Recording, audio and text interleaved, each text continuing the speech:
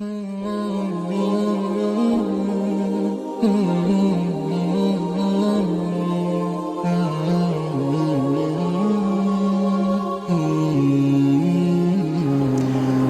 باللہ من الشیطان اللعین الرجیم بسم اللہ الرحمن الرحیم الحمدللہ وکفی وسلام علی عبادہ الذین اصطفی محمد واہل بیتہ الطیبین الطاہرین المعصومین الذین اذھب اللہ عنہم الرجس وطہرہم تطہیرا والصلاة والسلام علی اشرف الانبیاء والمرسلین مولانا و سیدنا ابی القاسم محمد اما بعد فقد قال اللہ فی القرآن الحکیم بسم اللہ الرحمن الرحیم یعرفون نعمت اللہ ثم ینکرونها واکثرهم الفاسقین۔ قرآن کریم میں اس بات پر سب سے زیادہ زور دیا جا رہا ہے کہ جتنے بھی ہمارے عقائد ہیں انہیں پہلے پہچانا جائے، سمجھا جائے اور پھر اس کے بعد دین مقدس پہ عمل کیا جائے۔ اصول اور طریقہ بھی یہ ہے کہ عمل کا مرحلہ بعد میں رکھا گیا ہے اور عقیدے کو پہلے رکھا گیا ہے، اور عقیدے کا تعلق انسان کی فہم سے ہے، انسان کی سمجھ سے ہے اور انسان کے علم سے ہے۔ لہٰذا یہاں پر بھی یہی بتایا جا رہا ہے کہ توحید کا پہلا مرحلہ کہ امام عالی مقام نہج البلاغہ میں ارشاد فرماتے ہیں اول الدین معرفتہ، دین کی اساس و بنیاد معرفت الہی ہے، اور اسی طرح سے نبوت کو پہچاننا، امامت کو پہچاننا، یہاں تک کہ مرسل اعظم کی مشہور ترین حدیث ہے کہ آپ ارشاد فرماتے ہیں کہ من مات ولم یعرف امام زمانہ مات میتۃ جاہلیۃ، جو مرجار اپنے زمانے کے امام کو نہ پہچانے وہ کفر کی موت مرا ہے۔ تو معرفت سب سے پہلا مرحلہ ہے اور اساسی ہے اور ضروری ہے کہ انسان کو جب تک معرفت حاصل نہ ہو تب تک انسان کسی لائق نہیں کہلا سکتا ہے۔ آپ دیکھیں تو جن لوگوں نے کامیابیاں حاصل کی ہیں اور جو لوگ تاریخ میں نمایاں ہوئے ہیں ان کا سب سے بڑا کمال یہ ہے کہ انہوں نے توحید کو بھی پہچانا، نبوت کو بھی پہچانا، امامت کو بھی پہچانا ہے۔ اور اس مقام پر حضور کا یہ فرمانا کہ جو مرجار اپنے زمانے کے امام کو نہ پہچانے وہ کفر کی موت مرتا ہے، یہ خود اپنے اندر ایک اہم پیغام دے رہا ہے کہ انسان اس وقت تک کامیاب نہیں کہلا سکتا ہے جب تک کہ وہ امامت کی معرفت حاصل نہ کرے۔ اس کے بعد کا مرحلہ آتا ہے جس کو عمل کہتے ہیں، اور یقیناً عمل انہی کا مقبول ہے اور انہی کا عمل لائق ستائش ہے کہ جو اس معرفت کے ساتھ عمل کو انجام دیں۔ لہذا آپ ملاحظہ یہ فرمائیں اور آپ دیکھیں کہ بہت سی ایسی چیزیں ہیں کہ جہاں اگر معصومین کی رہنمائی نہ ہوتی تو ہم فائدہ حاصل نہیں کر سکتے تھے۔ بعنوان مثال ایک بات عرض کر دوں تاکہ جس موضوع کے لیے میں آیا ہوں اسے بھی دو لفظوں میں آپ کی خدمت میں پیش کر سکوں۔ مثلا ایک حدیث مرسل اعظم ہے کہ جو بھی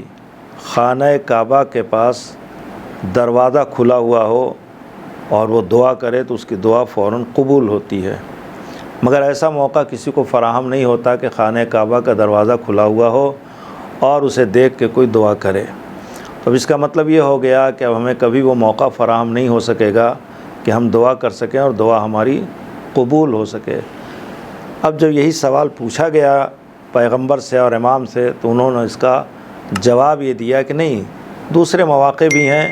کہ انسان اگر اس موقع پر دعا کرے تو وہ دعا بھی قبول ہوتی ہے۔ مثلا حضور ہی کا ارشاد ہے اور معصوم بھی یہ ارشاد فرماتے ہیں کہ جس وقت عقد ہو رہا ہو اور انسان دعا کرے تو اس لمحے وہ دعا فوراً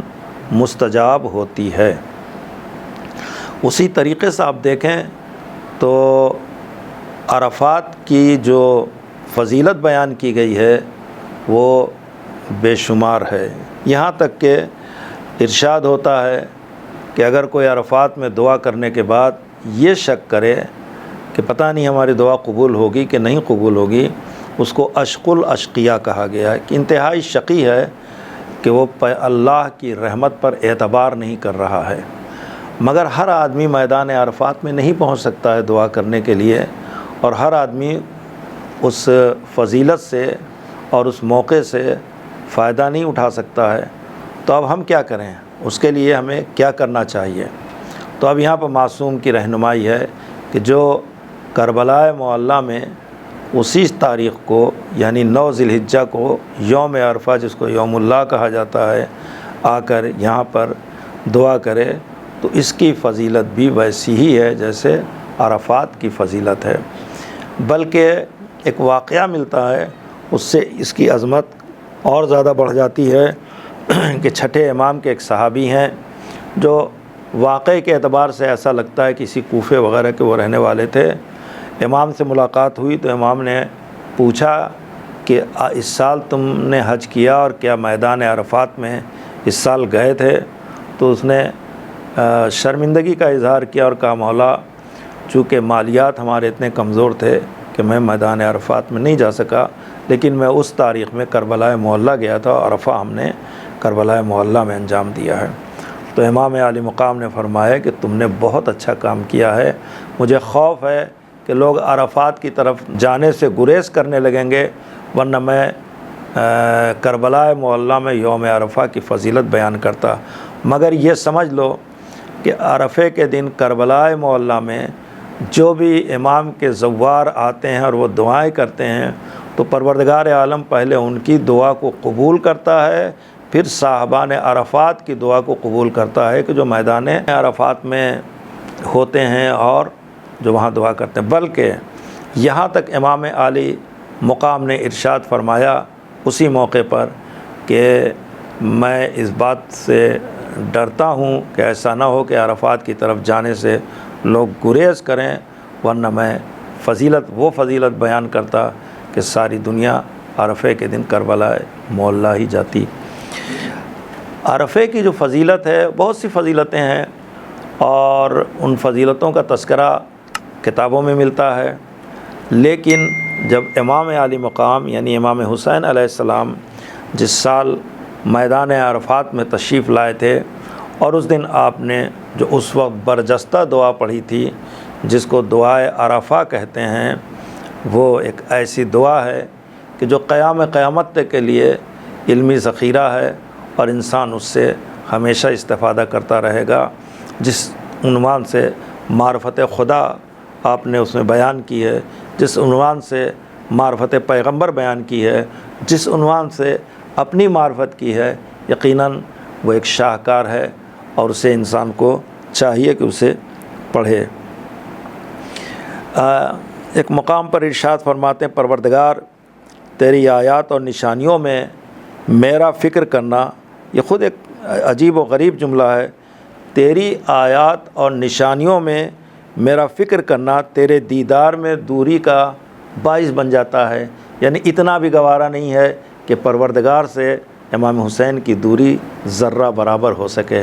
لہذا یہ جملہ بھی قابل قدر ہے۔ یا ایک مقام پر اسی دعا میں ارشاد فرماتے ہیں کہ معبود جس نے تجھے کھو دیا اس نے کچھ نہیں پایا،